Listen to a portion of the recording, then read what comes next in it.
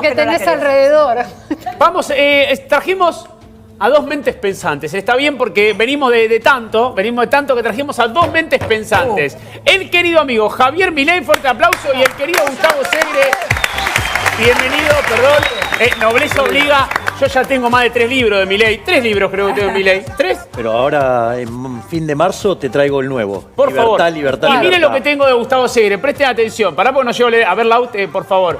Fundamentos para un proyecto de exportación. Este es el nuevo libro de Gustavo Segre en conjunto con Néstor Alexín. Bueno, ¿cómo andan? ¿Bien? ¿Todo bien? Bien. Todo bien. Dos liberales reales. Ellos se quieren, pero a veces piensan distinto. Estamos... Esa es la base del respeto. Claro. Yo aprendo mucho con Javier. Dólar 41 hoy, ¿eh? Después bajó un poquito, pero llegó a 41 el dólar. No fue por culpa de mi hija. No. Lo único que falta ahora que tiene es el doble del dólar. ¿Puedo sembrar una discordia? Sí. Digo, Milei dice que hay como que detonar el Banco Central, ¿no es cierto? Como que no debería existir el Banco Central. Ahí es ¿Y una de Gustavo? ahí A es ver, una de las las grandes discrepancias. Pero puedo ¿Cuál es hacer la una discrepancia? nota de Primer color round, vamos, muchachos. antes para que Dios...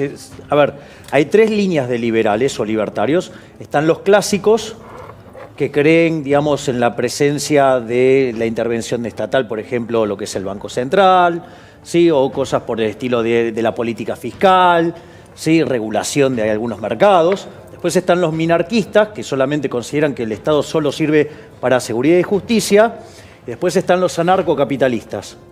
Ahí está. O sea, en Milei. mi caso, yo soy un minarquista estático, reconozco que hay algunos problemas de implementación de corto plazo con los temas de seguridad y justicia, pero filosóficamente soy anarquista, eso está claro. Ahí es la otra diferencia. ¿Y usted, Segre? ¿Y Ahí es la usted? otra diferencia. No, yo me considero un liberal en la cuestión económica, un Estado muy chico, pero valoro la existencia del Estado, que es contrario al pensamiento anarquista.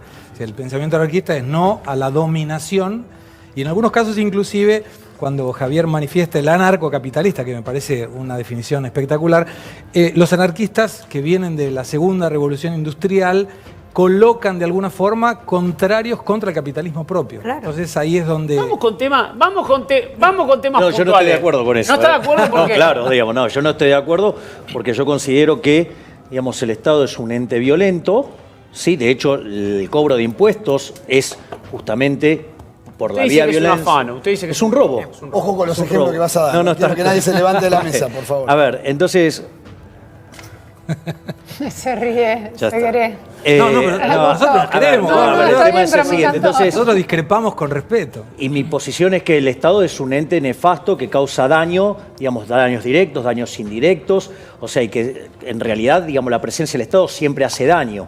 Entonces, digamos, cuando vos tenés claro eso, lo que haces es poner un Estado que sea mínimo. Claro. O sea, ese es el eje Y central. usted sabe lo que trae, o sea, son dos mentes muy inteligentes, esto es una realidad, piensen como piensen, es notorio, entonces me gustaría tal vez llevarlo al campo más natural de la gente que nos está mirando.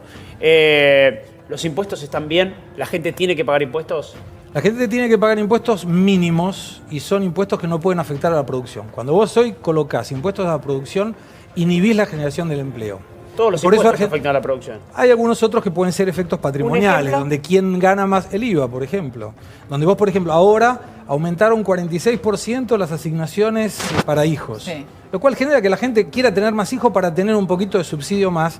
Con Eso el es un efecto... delirio lo que estás diciendo, porque no alcanza para tener un Hay un- hijo más, no vas a tener un hijo Te por asombraría tener la más. cantidad de gente, te voy a dar un dato. Me parece un La prejuicio. cantidad de gente que recibe asignaciones por tener más de 7 hijos eran 80.000 en el 2003 y hoy son 360.000.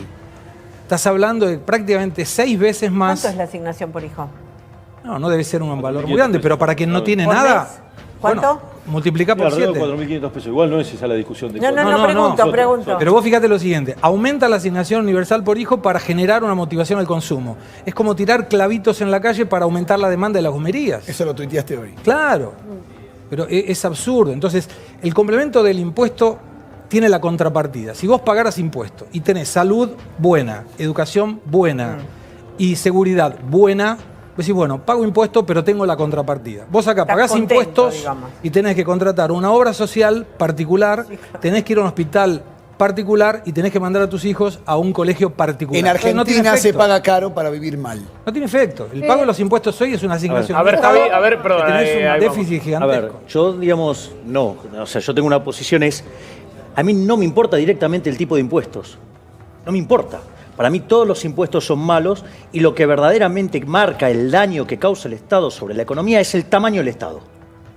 Y que el tamaño verdadero del Estado no es verdaderamente la recaudación, porque hay evasión, sino lo que verdaderamente se gasta. Claro. Entonces, cuando vos te encontrás que el Estado, digamos, tiene una presencia del 50% prácticamente en términos del PBI, ya eso es malo, ¿sí? Además, la presión fiscal para el que está en blanco es 70%. Hay 163 impuestos, hay 69.000 regulaciones. Este país es absolutamente inviable. Con lo cual, digamos, por el primer punto, o sea, digo, no me importa el tipo de impuesto, a mí me importa lo que me sacaron del bolsillo. Y sacarme plata del bolsillo para mí está mal. O sea, a mí no me gusta. Pero no, voy a terminar. Déjame, yo no me metí en tu intervención. Claro. Entonces bueno, yo, digamos, el punto es el siguiente. Bueno, él explicó su parte, yo estoy explicando la mía. Y la mía es un poquito no convencional para las mentes estrechas, digamos, que habitan en Argentina. Entonces, ¿cuál es el punto? El punto es. Trata de bajar un escalón así te. Bueno, es lo que estoy haciendo. Entonces, el punto es que a mí lo que me importa es lo que me saca el Estado, digamos, independientemente del tipo de impuesto que me cobre. O sea, no hay impuestos más, menos eficientes. Son todos malos y todos implican un robo. Primer punto. Además, cuando vos el Estado te saca la plata, digamos, o sea, eso genera daños. Hay transacciones que no las vas a hacer, o sea, hay un daño indirecto, y hay transacciones vinculadas a esas transacciones que son daños indirectos. O sea, con lo cual, digamos, genera daño siempre. Además, y lo otro, que es peor todavía, no existe el Estado eficiente. No existe, siempre es malo. Y voy a explicar por qué. Porque hay 4 formas de gastar. Vos podés gastar tu dinero o el de otros y los podés gastar en vos o en otro. Lo mejor que podés hacer es gastar tu dinero en vos mismo. ¿Por qué? Porque vos sabés lo que te costó ganarlo y vos sabés bien lo que querés. Hay otra forma de gastar que es tu dinero en otros. ¿Qué haces? Minimizás el coste cuando vas a dar un regalo. La otra forma es cuando vos gastás la guita de otros en vos mismo. Ejemplo, lo sé, los empresarios o directivos. Perdón, ¿y los hijos? Porque acá en esto. Para un poco. El concepto. Entonces, que es el tipo que despilfarra, ¿entendés? O sea, cuando viaja por la compañía, no es que viaja en ejecutiva. No viaja en ejecutiva, viaja en primera. Ahora, cuando viaja con la propia, viaja en turista. Entonces, ¿cuál es la peor forma de gastar? La de otros en otros. Eso que se llama mal, que es el estado de bienestar, y debería llamarse estado del malestar, porque no hay forma que lo resuelva eficientemente. O sea, es una utopía que no existe. Ahora, lo que vos también planteás es una utopía. No, claro, no, a ver, digamos, no es cierto. ¿Por qué? Porque aquellos países que tienen mayor libertad económica, que es el modelo que yo promuevo, son, por ejemplo, Hong Kong, por ejemplo, Nueva Zelanda, por ejemplo, Singapur, por ejemplo, Australia, por ejemplo, digamos, Irlanda. Pero el Estado está. No, está bien. Mínima expresión. Está bien, pero se lo lleva a una mínima expresión. O sea, por ejemplo, suponete el caso de Suecia, porque acá todos los nórdicos no se dan cuenta que quebraron a fines de los 80, hicieron una reforma del Estado, tiene un Estado muchísimo más chico que el nuestro, pero por ejemplo, brindan los sistemas de educación como yo quiero, que es el sistema de vouchers. O sea, para mí, la uva es un espanto. ¿Por qué? Porque compite deslealmente. ¿Por qué? Porque no está arancelada. Entonces, ¿qué es lo que propone el que hace el voucher? Que todas las instituciones estén aranceladas, vos le das plata al que quiere ir a estudiar, y que si estudia se le renueva y no se le garpa para estar haciendo política y fotocopiadoras. Y, ¿me entendés? Entonces la universidad pública, de gestión pública, compite con la de la gestión privada. Entonces, ¿qué pasa? En esa competencia, vos no podés, ¿me entendés?, convertir a la universidad, por ejemplo, en un centro de adoctrinamiento marxista como es la Universidad de Buenos Aires. En mi época no fue. Por eso por eso nos peleamos. Saliste marxista. Por eso claro, no saliste en y quizás estudiaste en otra época que, digamos, los marxistas eran perseguidos. Permití hacer una pregunta. ¿Cómo haces, con el efecto de aprender, cómo haces para tener un Estado totalmente ineficiente como es hoy, donde además tenemos 1900 a la fecha, gastamos siempre más de lo que recaudamos, salvo en 10 años? O sea, en 118 años, solamente en 10 se recaudó más de lo que se gastó. ¿Qué periodo? 5 de la época de los Kirchner, 2 de Menem muy poquitito y 1 allá atrás. En ese contexto es como si cualquiera de nosotros gasta más todos los meses de lo que nosotros ganamos como sueldo. Sí. Es inviable. Entonces, la eso lo hace porque es el Estado. Claro. O sea, bueno, por ejemplo, justamente yo lo quiero llevar a su mínima expresión. Pero ¿cómo haces para hoy tener un Estado que hoy es claramente ineficiente para no pagar ningún impuesto? ¿Cómo financiás ese paso? A ver, digamos, hay una transición dinámica, digamos, o sea, de hecho, ni siquiera soy de corto plazo, no soy anarquista. O sea, de corto plazo, lo dije bien claro, soy minarquista. Entonces, por ejemplo, nosotros ahora en el nuevo libro con Diego estamos haciendo una propuesta de reforma del Estado.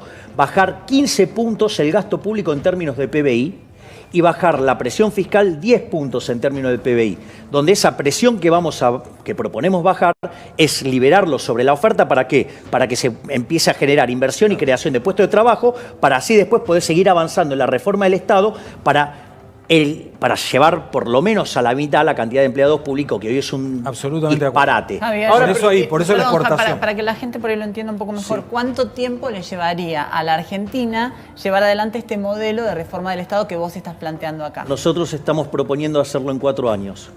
En los 2 primeros años se haría todo sobre la parte que se llama gasto flexible y que no tiene costo sobre la sociedad, sino que tiene costo sobre la corporación política.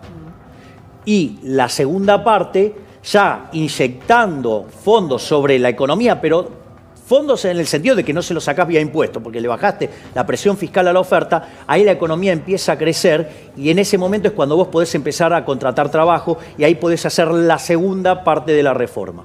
Muchachos, nos van a matar porque nos quedamos sin tiempo. Me gustaría, por último, la reflexión de los dos. ¿Qué hay que hacer para salir adelante, Segre? Inversiones y exportaciones. Hoy tenés un mercado externo mucho más demandante. Brasil es un buen ejemplo. Va a crecer este año interesante y el año que viene mucho más. Y Argentina tiene retracción económica. Hoy no tenés que venderle. Por eso están cerrando las pequeñas y medianas empresas. Cuando vos haces la generación para exportar, aprovechando una desvalorización del peso que fue la más alta del mundo el año pasado, posibilitas que se contrate empleo para exportación, no dependés de la demanda local. Y a partir de ese momento hay un montón de acciones. Se podrían tomar estudiantes universitarios donde al primer año no tenga que pagar cargas sociales, por ejemplo. Que los que exportan, que hoy el Estado le cobra al contado una retención y le demora un año para un reembolso, puedan tomar en cuenta corriente las cargas sociales y no tengan que pagar, con lo cual mejora la financiación. Hay un montón de cosas, pero el Estado no te escucha. El gobierno no aparte, cómo meto el producto, es decir, afuera. Pero se puede hacer. Y cómo lo produzco en este país. Las ideas liberales, y lo hablábamos recién con Javier, es como que están un poco adelantadas. Es difícil entender porque venimos de una inercia, de un pensamiento que para los que pensamos de una forma liberal en la economía, está terminado. Lo último, Javi, vos. La única forma de salir es creciendo. Es cierto que para crecer tenés que invertir, pero en Argentina es imposible ganar plata. Por eso no hay inversión. Y la única forma que vos podés volver a ganar plata en esta economía es achicando el Estado. Lo primero que tenés que hacer como condición necesaria para empezar a crecer es hacer una reforma drástica del Estado que te permita bajar el gasto público, bajar los impuestos, que haya lugar para el ahorro, para la inversión y ahí empezar el crecimiento. Y en eso estamos de acuerdo los dos. Un día vamos a hacer un debate largo, no gente opinando. Un día vamos a hacer un debate largo. Vamos a armar algo especial. Muy interesante. Ya hoy lo propongo. Gracias.